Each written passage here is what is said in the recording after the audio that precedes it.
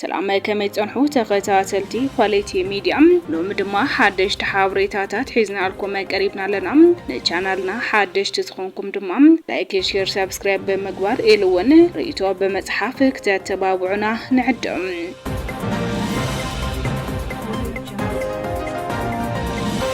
كنتيوا كتما مقله كاب سلطانو خمس تالي تفليتو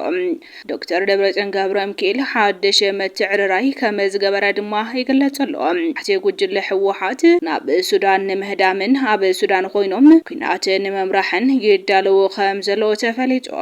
ወይዝሮ ኣኸዛ ሕሉፍ መሰል ወሐስ ረኺበን ክወጣ ቤት ፍርድ ኳን ተወሰነም ፖሊስ ገነ ክፈትሐነ ከመዘ ኻለ ተሓቢሮም حيلي أجر إثيوبيا نزلاي كسب موداتا كدمسس أب تنقق كم زلو حابيرو زبلون قالوت حدش تحابريتاتات حزنا لكم قريبنا لنا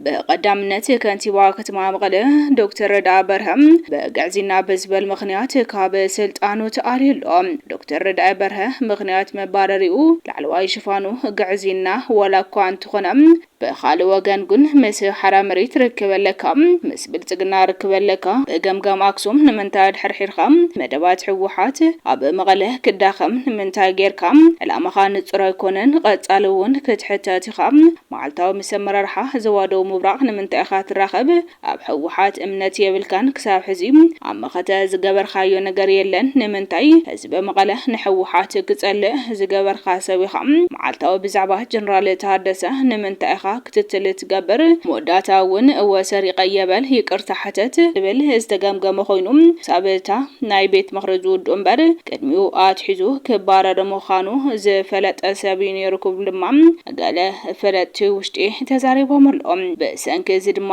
መንግስት ሰራሕተኛታት ከተማ መቀለም ዶክተር ረዳ በርሀ አየፈረመን ስለዝበለም ደሞዞም ተኸልኪሎም ከም ዘለው ተፈለጦም በተወሰኸ ድማ ገና ዓላው ዘይተገበሩ ግን ድማ ተወሲኖም ዘለው መታት ከም ዘለውን ኮንሬል ተወልደ ዕንበብ ካብ ወታደራው ስለያል ዒሎም ወዲ ወሊ መዲቦም ከም ዘለውን ከባቢ 153 ሰባት ካብ ቤት ጽሕፈት ሽመት ተጻሒፉሎም ኣሎም ከንቲዋ ከተማ መቀለ ዶክተር ረዳይ ተላዒሉ ምክትሉ ዝነበረ ኣይተ ሃይላይ ናይ መቀለ ከንቲዋ ክኸውን ደብዳቤ ተጻሒፉሎም ዶክተር ረዳ በርሀ ናብ ኤጀንሲ ንግድን ሰደድን ሓላፊ ጌሮም ሸይሞም ከም ዘሎ ድማ ተፈሊጦም ምክትል ከንቲባ ከተማ መቀለ ድማ ንዓድግራት ከንቲባ ዝነበረ ኣይተረዳይ ገብረ ዝጋብሔር ደብዳቤ ተጻሒፉሎም ንአክሱም ከንቲባ ዝነበረ ትኩ ሃይሉ ናይ ዞባ ማእከል ፕሮፓጋንዳ ሓላፊ ኮይኖም ሓላፊ ኮሚሽን ኢንቨስትመንት ዳንኤል መኮነን ውን ተላዒሉ ወይዝሮ ኣባሂለን ወላይ ሽመት ደብዳቤ ተጻሒፉለን ዶክተር ገብረ መድህን ኪሮስ ካብ ኢንተርፕራይዝ ማይ ቋዕተል ዒሎም ንዑ ተኪኡ ተመዲቡ ዘሎ ኣይተ ሚካኤል ከም ዝኾነ ድማ ንምፍላጥ ተኻኢለሎም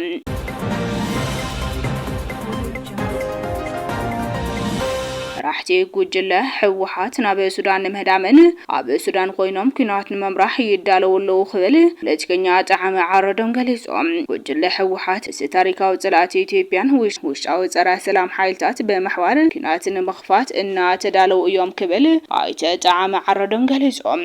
ጉጅለ ህወሓት ታሪካዊ ጽላእት ኢትዮጵያ ውሽጣዊ ጸረ ሰላም ሓይልታት በመሕዋር ህዝብ ትግራይ ናብ ዝኸፈ ሓደጋ ንምቅላዕን ኩናት ንምውላዕን እና ተዳለው ዝርከብ ኣባል ቤት ምኽርን ምክትል ሓላፊ ሚድያን ኮሙኒኬሽንን ፓርቲ ስምረት ኣይተ ጣዕመ ዓረዶም ገሊጾም እቲ ጉጅለ ካብ ተሓታትነት ንምምላጥ መስጥረ ሰላም ሓይልታት ምሕዝነት ፈጢሩ ኣብ ህውከት ክነብር ወሲኑ ይኽብል ድማ ተዛሪቡ እዮም ኣባል ቤት ምኽሪ ከምኡውን ምክትል ሓላፊ ሚድያን ኮሙኒኬሽንን ፓርቲ ስምረት ኣይተ ጣዕመ ዓረዶም መስኢዚኣ ኣብ ዝነበሩ ቃለ መሕተት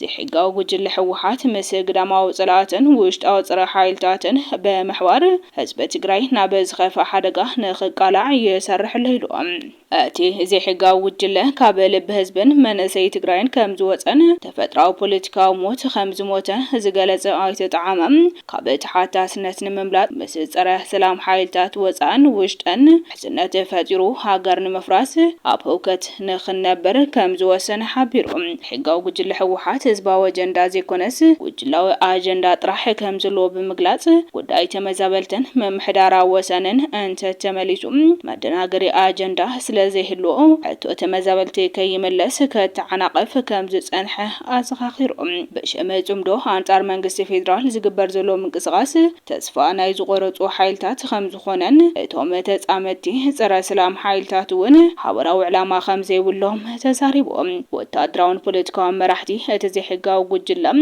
ደቆም ብኤርትራን አዲስ አበባን ገይሮም ናብ ወጻኢ እናልኣኹ ንወደድኻ ግና ዘይጋደልኻ እናበሉ ይኣስሩን የጋፍዑን ከም ዘለውን ኣይተ ጣዕመ ገሊጹሎም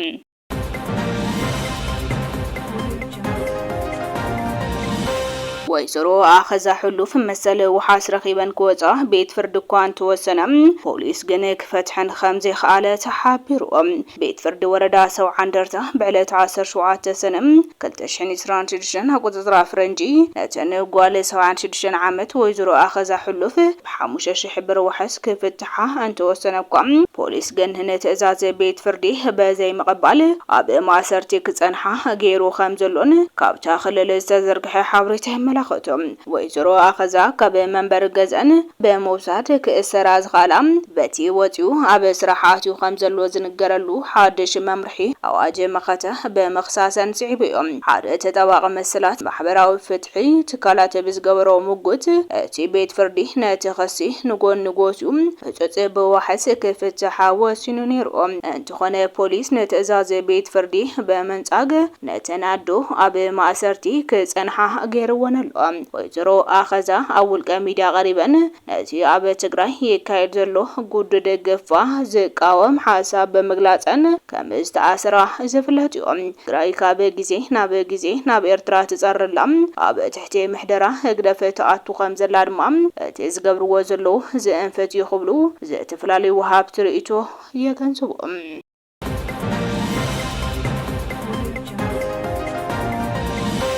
ሓይሊ ኣየር ኢትዮጵያ ንጸላኢ ከሳብ መወዳእታ ከደምስስ ኣብ ተጠንቀቕ ከም ዘሎ ተፈሊጡ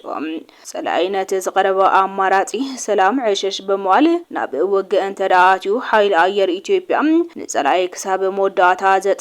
ዘተኣማምን ሓይሊ ይኽብል ኣዛዚ ሓይሊ ኣየር ኢትዮጵያ ሌተናል ጀነራል ይልማ መርዳሳ ተዛሪቡ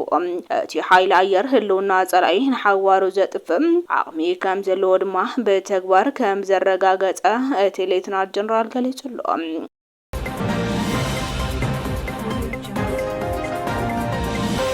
ኣብ መወዳእታ ፕሬዝዳንት አሜሪካን ኢራንን ኩናት ንምቁራጽ ዝዓለመ ስምምዕ ፈሪሞም ፕሬዝዳንት አሜሪካ ዶናልድ ትራምፕ ኢራናዊ ፕሬዝዳንት ማሱድ ፔዜክሻን ኩናት ንምቁራጽ ዘኽእል ናይ መፈለምታ ሓበራዊ መረዳድእ ሰነድ ስምምዕ ፈሪሞም ኣለዉ ሆርሙዝ ዳግማይ መኽፋቱ ዘጠቓለለ እቲ ስምምዕ ንዳግመ ህንጸት ኢራን ዝውዕል ናይ $300 ቢልዮን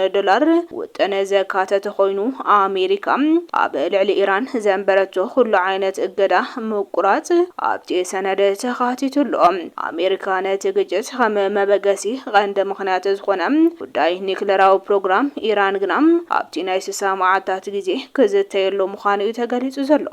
እቲ ብሓበራዊ ስምምዕነት ናይ ክልቲአን ወገናት ስምምዕ ክነዋሕ ከም ዝኽእል ድማ ኣብቲ ሰነድ ተሓቢሩ